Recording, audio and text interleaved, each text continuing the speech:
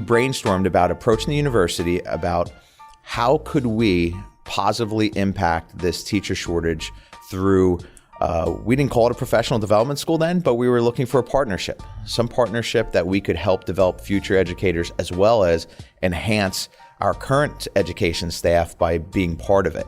Today on Field Trip, a look at how one school district is training future teachers, offering incredibly high-value professional development, and solving their teacher shortage at the same time. You know, we get to train our future educators and have them acclimate and then bring them in for an interview and potentially hire if they're the best candidate. It's a win-win across the board. This is my 13th year teaching, and sometimes you kind of get in a rhythm and then you forget other things that you used to do that were interesting, and this is helping me make sure I bring them back and don't just get into some boring routine, because it's good for the kids to have constant different things that they're doing in the classroom to engage them. I have so much to pull from, and I use a lot of the things that Mrs. Krautwald does in her classroom in my lesson plans for the engagement part and for holding students accountable. There's a lot of different things that I can pull from that other students tell me, wow, that's such a good idea. Where'd you get that? And I have to say, oh, Mrs. Krautwald from the cohort. It's the podcast for leaders in K-12 education, bringing you stories of people who tackle real-world issues with creative problem solving. We're changing the narrative. We're putting the value on creating a pipeline of future teachers. We're putting a value on the profession of teaching. From Frontline Education, this is Field Trip.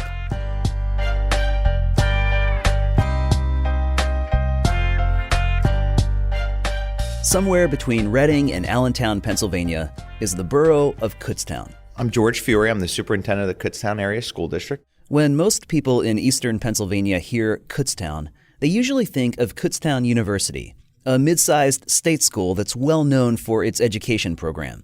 And I have to say, Kutztown is a great college town, a really nice place to live. We also have a strong background in farming. So we have a nice blend of the progressiveness that you would find in a university town. We also have the wonderful parts of being a rural community with a background in hard work and a belief that community matters. Kutztown Area School District, I'm just going to say KASD from now on, has about 1,350 students.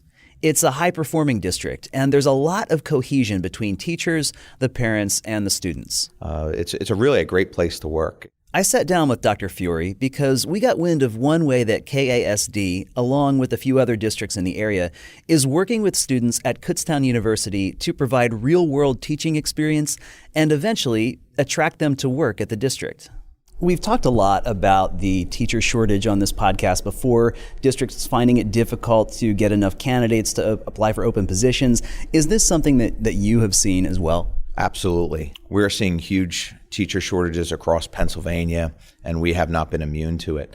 We've seen in Pennsylvania, a 50% decrease in the amount of graduates in education. So that decrease has also impacted the amount of certifications that are available. So the high need areas of science and mathematics are very difficult to fill.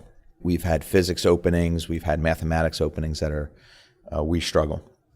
But at the same time, we're seeing that happen in other areas, even in elementary education, which used to be flush with candidates. That is no longer the case because if you think about it mathematically, the population of teachers has shrunk, which means the quality or the total amount of quality educators has also shrunk. So as a school district, we're very conscious of how we're going to recruit future teachers, how do we retain our current teachers.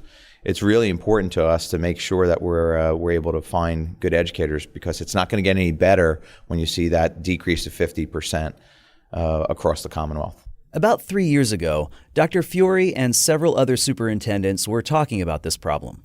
They could see that finding STEM teachers especially was going to be an issue, so they decided to do something about it. And we said, is there anything we can do with our local universities? And I'm an adjunct professor at Kutztown University. I'm also an alumni of the university. So we brainstormed about approaching the university about how could we positively impact this teacher shortage. We didn't call it a professional development school then, but we were looking for a partnership, some partnership that we could help develop future educators as well as enhance our current education staff by being part of it. This group of superintendents reached out to the dean for the College of Education at Kutztown University and began kicking ideas around for how they could partner together. The then dean was from New York, and he had experience with professional development schools. Professional development schools is not a new idea. It's how we're executing it is what makes it unique.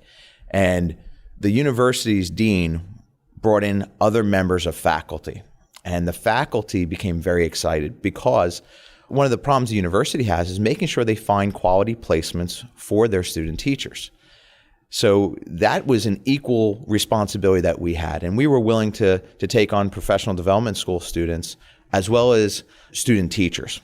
So we made that commitment, a mutual commitment, which we realized could help grow future teachers within our program. They wanted to identify students who were interested in being teachers as early as possible in their education. So in their freshman year, what we were looking for is them to conduct observations in year one with our teachers. Then in subsequent years, we would continue to ramp up their exposure to the education practice. That may include working one-on-one with students, working with small groups, and maybe even taking over a whole class. So that was a continuum that we matched up against the Danielson model, which is how Pennsylvania teachers are evaluated. We looked at the observation hours or participation in classroom, about 30 hours minimum throughout year one, year two, and so on. The hope is it would culminate in their junior field experience. They would stay with us. And if there was mutual agreement between the university and student, we would have them stay with us for student teaching.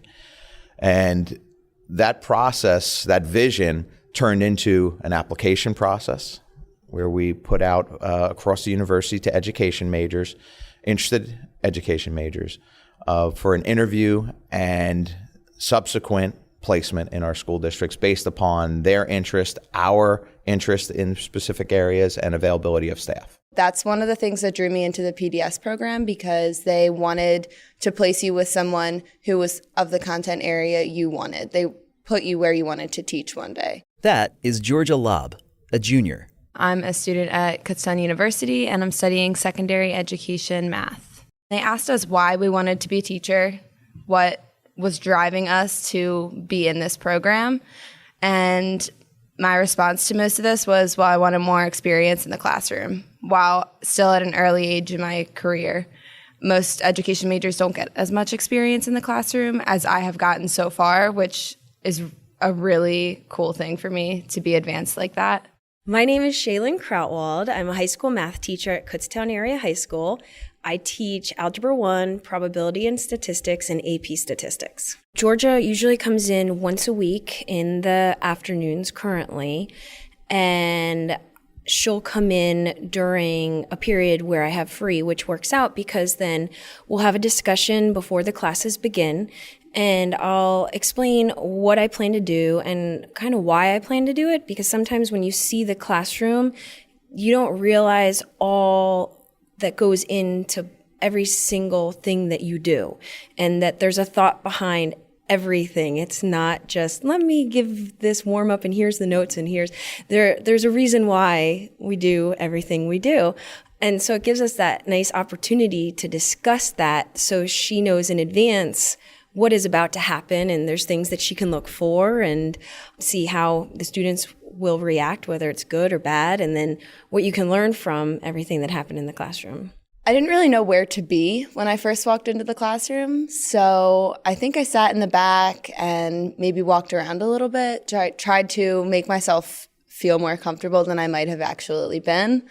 I just walked around and observed what the students were doing and listened to Mrs. Krautwald teach and noticed her methods that she was using. I took notes on some things, different things that I liked that she did that I could note and maybe use in my future classroom. Like most things, as they got going, some aspects of the program worked well, and other parts needed revision as time went on. So when we first started out, we were very wide-eyed and said, we really wanted to take as many possible students as we could because we wanted to get the program off the ground.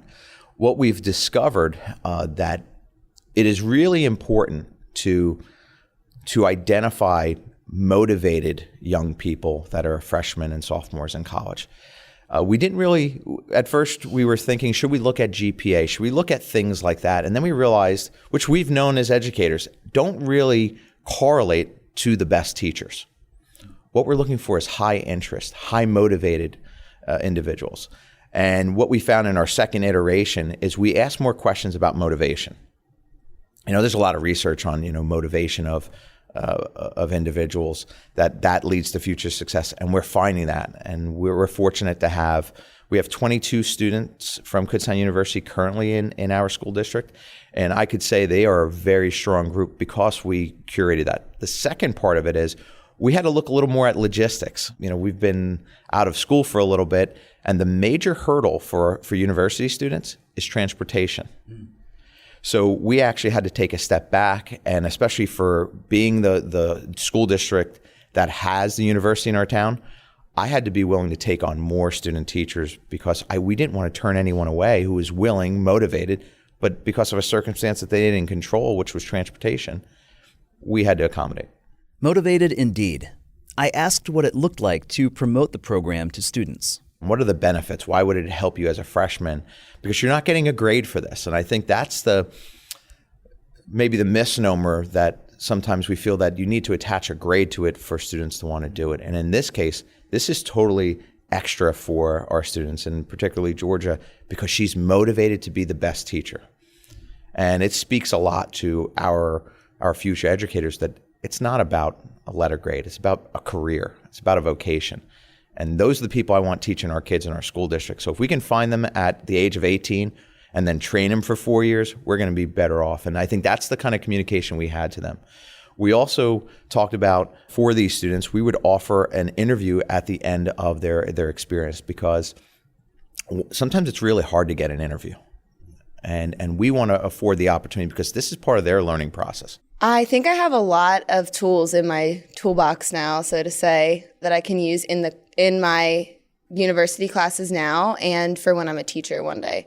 When we have to do lesson plans and classroom environment assignments in class, I have so much to pull from, and I use a lot of the things that Mrs. Krautwald does in her classroom in my lesson plans for the engagement part and for holding students accountable. There's a lot of different things that I can pull from that other students tell me, wow, that's such a good idea. Where'd you get that? And I have to say, oh, Mrs. Krautwald from the cohort.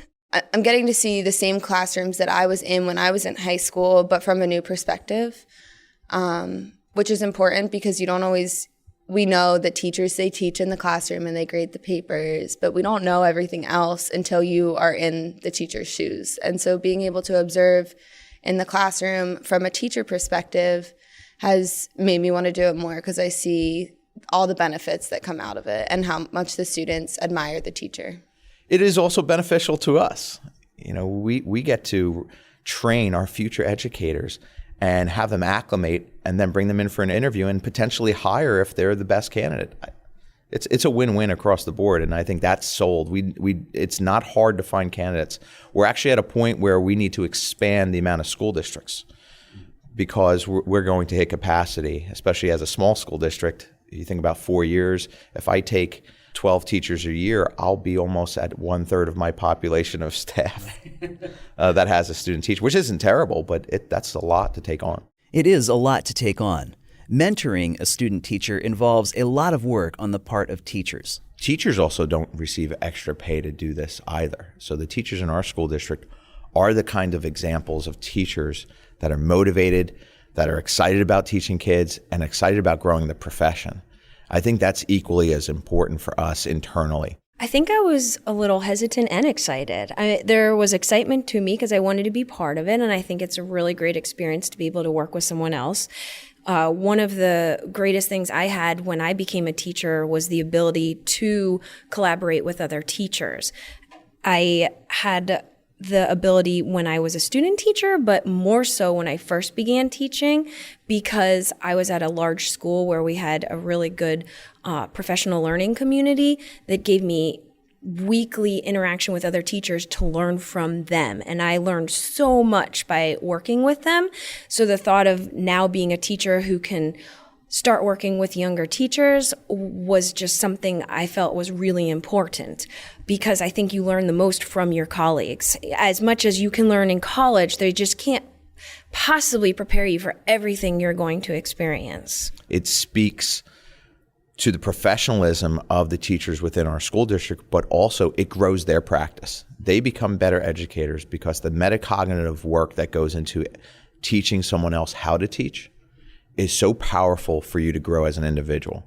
And, Shaylon is a classic example of that. 13 years teaching and still willing to learn, doesn't have it down. She will be learning to the day she's done, but that's what makes her a great teacher. And if she can pass that along to Georgia, talk about how beautiful that is for our profession. And it speaks to the purpose and the impact of education on people across all sectors of life, regardless of your demographic background or your experience. You can make change that way. And it's the passion that I believe is what makes this a great experience. This is my 13th year teaching, and sometimes you kind of get in a rhythm and then you forget other things that you used to do that were interesting, and this is helping me make sure I bring them back and don't just get into some boring routine, because it's good for the kids to have constant different things that they're doing in the classroom to engage them, and then she gets to see that and hopefully use or not use in the future. All of the teachers and colleagues that I had in the past that helped me and gave me good ideas and helped me be a better teacher made me want to help other teachers and other young adults looking to be a teacher to better their practice and help them get where they wanted to be, because teaching is really a career of passion. It is something where you have to be motivated to want to help others, whether it's your students or other colleagues or future teachers. When we were looking at how do we pair student teachers and our teachers, we were looking first of all for content area expertise, and secondary. That was the easiest part. You would look at the content area. The second part, you had to have the right mindset as a teacher, especially working in ambiguity. Because anytime you start anything that's worthwhile, you want to allow flexibility, which means there's going to be ambiguity. So those that are very strong left brain that need every detail, this was not for them. And that goes either way, from student to teacher, because we need the flexibility, because the creativity will come out of it. If we did it lockstep, we would have been, I think, stuck in a program that might not have had the successes that it had. So we had to have the right mindset. We also were picking quality teachers from our perspective at the school district level. And when I say quality teachers, we have outstanding teachers in our school district, but to also partner with a university student, that's a different skill set. It's, are you able to metacognitively evaluate your practice, communicate it to someone else, and also have the ability to let go to have them try it in the future? Because as teachers, they are our children. They belong to us, and it's very difficult to let go of that. So we had to find the right profile. In elementary school, we were looking for the right match for experience, because there are certain bands of certifications, and when we were interviewing the college students, we were looking to see if they wanted a K-1-2 experience, a 3-4-5 experience. Did they want more focus on a content area? Because there were some that were very strong in reading and ELA, and some were strong in math, some were strong in science. So we had to pull out in those interviews what they really needed. And that's how we matched up our teachers with students. Dr. Fiore said that one of the goals of the program was to cover all 4 domains of the Danielson framework. In order to have the student teachers at the university level be prepared to enter the field, they need to have a very strong command of the Danielson model. Because, and it's the framework that's in that model talks about student engagement, but what does that really look like? And that's sometimes the most difficult for any teacher, even an experienced teacher. We want to perfect that, and we realize that there's no such thing as perfect, but it takes time, so we want to spend time there. We also want to expose, if you think about Domain 1 planning and preparation, that is something that you typically don't see until you get into the job.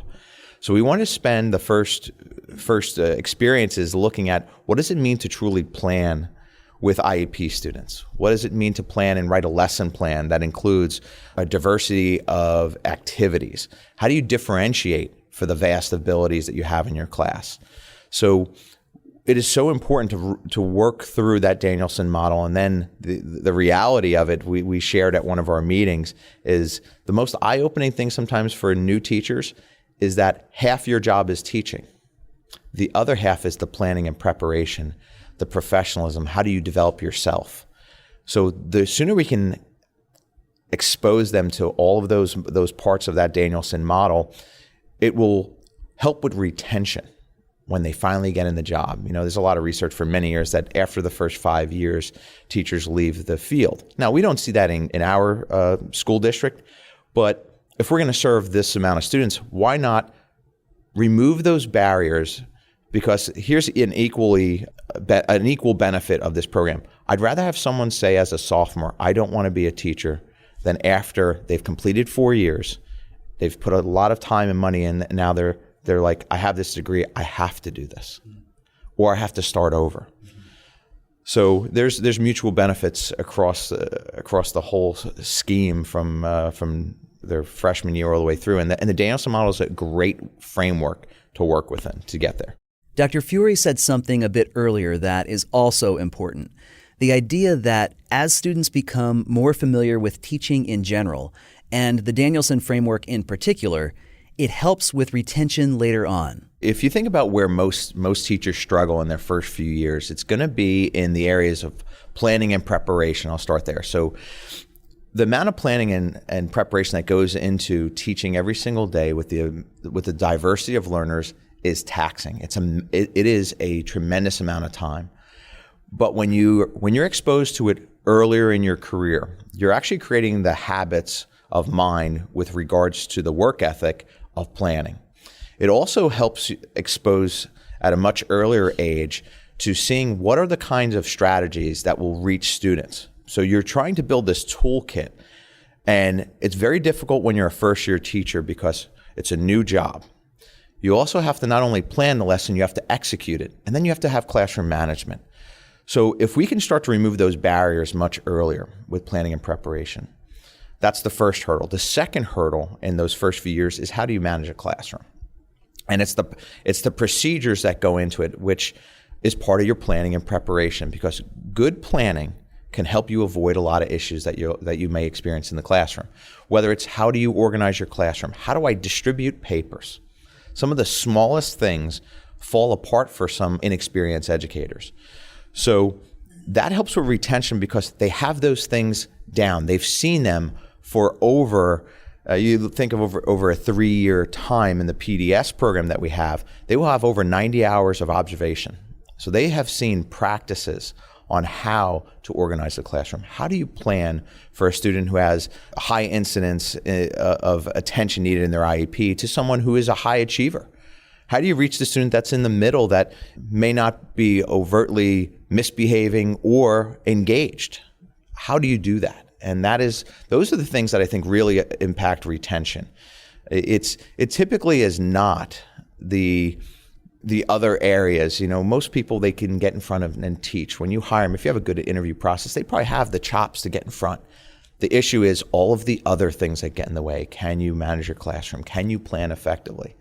And I think that's going to be a long-term impact for all these students, whether they work with us or not. I think it's going to benefit them long-term. Another thing that happens when these college students spend time at KASD, they become part of the community, and that helps with the recruitment effort too. Anything that they can do to be involved will help not only our kids grow, but it helps their growth in saying, this is what great educators do. Not just good, not mediocre. Great educators are involved in the community. It is a vocation.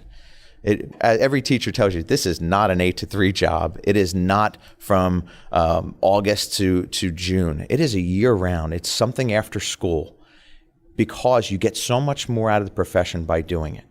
These are the other parts that really pull people into education, especially if we can start when they're a freshman. When you hear any educator speak about the passion of their job, it's not just, you don't hear them say, I just can't wait to plan that lesson. What they love is, I love my kids. I love in the community. I love the environment. I love that we have supportive people, whether it's administration, support staff, secretaries that really care about our success. That's the kind of community you build it with this group of students, and that's what we want them to do. There are about 22 Kutztown University students who have taken part in the Professional Development School over the past 2 years. One aspect of being part of the community is that they're getting involved in leading extracurricular activities as well. We have one of our clubs, our History Day Club at our middle school, and we're always looking for students to join the program, but we're also looking for teachers to take it on. And being a small school district, it is difficult to sometimes be able to recruit within our own staff. Well, we were able to find one of our professional development school students that was highly interested in engaging in this and started out last year as a support. They would help students after school. Now they've taken on the middle school team and has helped lead our History Day project, which to me, that is a win in itself, because now they've actually moved from working in the professional development school to now they're taking on a club, which every new teacher will tell you when you're hired, that's what happens. When we hire any new teacher, my last question is, what's the value add you bring? And I sign them up immediately, your student council. Well, imagine having that as a junior in college. You now see what it takes to organize a group of students, especially middle school students. Even if they don't work here, that skill set, when they go to an interview and then the subsequent job that they get, they are far better prepared than I was when I left college. And I think that'll lead to a fruitful career for them. And it removes a lot of the obstacles. So up to this point, we have mostly looked at the impact that this program has on the university students who are part of it. But there's another side to it too, and that is what it means for the mentor teachers who are working alongside them. I think it's pretty cool to have the superintendent ask you to participate and mentor future teachers. That never happened for me. And I think it's recognition of the hard work, because it's really hard in our profession to sometimes recognize those that have this skill set. And you know, we highlighted Shaylon today because she has so much to offer. And the one way I can say thank you is by offering an experience. It's one way of saying thank you, but also recognition of the hard work and the quality that she puts forward, and how she could mentor a future math teacher, and especially in a field where we don't have enough females in it. I want that to be seen for Georgia, to see that we have an outstanding female math teacher that is a role model for the young ladies and young men in our school. And I think that's the one way I can show that for our staff. I think the other added benefits for our teachers is we are now starting to create a cadre of professional development school teachers where we meet quarterly and we talk about what's going on. You know, what are you seeing as working? What's not working? It's really a collaborative system. It's definitely not top down, because if Shaylon said, I didn't want to do something, we'll make sure it doesn't happen, because it's an organic process.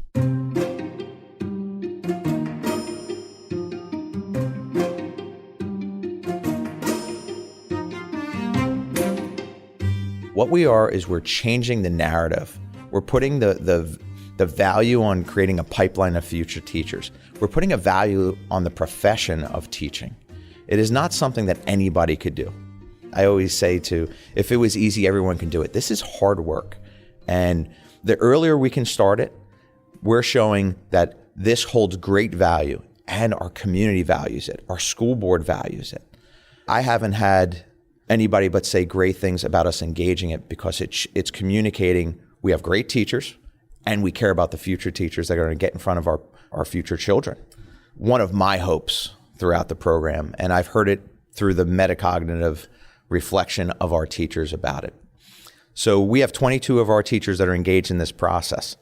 And what they have to do to be effective in this program is talk about what they do each day, the why behind they organize their room.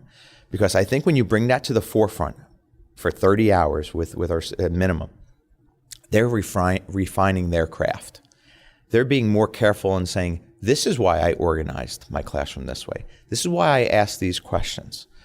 Some of the activities that we engaged in with our teachers was giving them some starters, because when they're observing, what are they observing? The university gives them a series of questions, but Shaylon who has Georgia in her room, could say, I want you to write down every question I asked this period. Think how powerful just that activity, because then Shaylon's got to think about, why am I asking these questions? Georgia has to analyze, Why is she asking these questions? And what is the methodology that ties to, it all ends up at brain science in the end.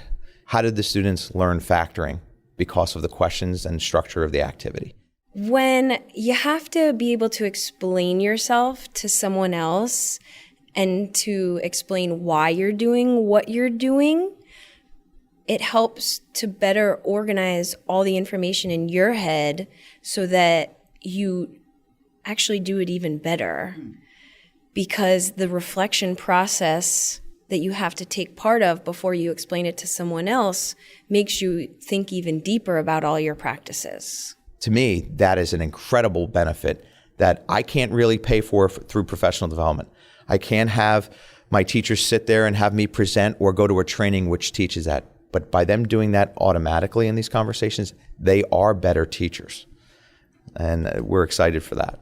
Could what you're doing here work anywhere? Absolutely.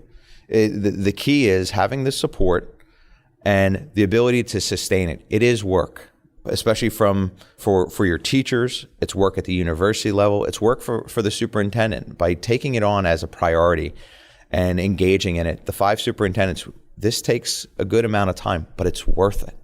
Because in the end, if we look at, so George is a junior, 2 years from now, when I have a mathematics opening and I look and there's one candidate sitting there, or could I have trained a student like Georgia for 3 years? And then we could say, we bring her in for interview. We have now truly created a pipeline of future employees. To me, that's worth every second, because all you need is one time where you don't have a qualified teacher. It's devastating to your kids. So it is worth it. It's my why, right? You come to work and you say, I want to put a quality teacher in front of every kid. And it's a 35-year relationship. So when you start doing the cost-benefit analysis, is it worth it? Well, we're going to have Georgia, when we hire her, for 35 years in front of kids. That is one of the longest commitments that you can make in an organization. Why not train the heck out of them real early so that she loves this place, she's well-trained, and she is, from day one, a top-notch teacher. We have been speaking with Dr. George Fiore, Superintendent of Kutztown Area School District in Pennsylvania. Dr. Fiore, it's been great having you with us today. Thank you. I appreciate it.